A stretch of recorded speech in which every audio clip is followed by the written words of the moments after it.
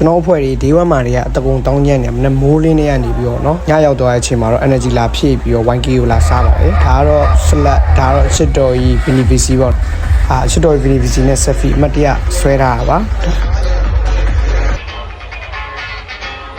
ဒါ day 2မှာပါဒါကတော့ day 3ရောက်သွားပြီ day 2နဲ့ day 3မှာဘာမှမရှိပါဘူးတောင်းကျမ်းတာအရင်လုံသွားပြီးတော့ဒီပုံလေးနှစ်ပုံပဲရှိပါတယ်ခုဒါကတော့ day 4မှာပေါ့နော် energy အပြည့်နဲ့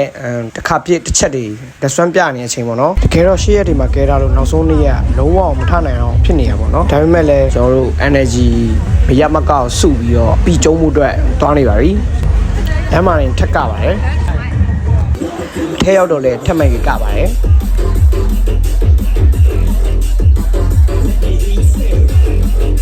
ကားရိုင်ရမောရတဲ့အတွက်ကြောင့်မို့ KFC လေးနဲ့ YKK လေးနဲ့ပြင်မာလာဆွဲပါတယ်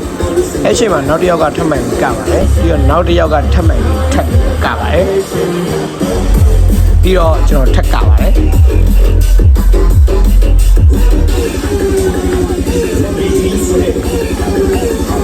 ထပ်မှန်၍ထပ်၍ပူ၍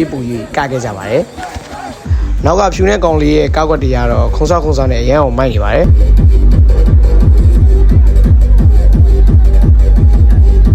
ကားချင်းများစွာတွေပြီးဆုံးသွားတဲ့အခါမှာတော့ဆရာမကြီးကလုံးဝနိုးထမလာတော့ပါဘူးအကလွန်အလွန်ကတွေဖြစ်ကုန်ပါတယ်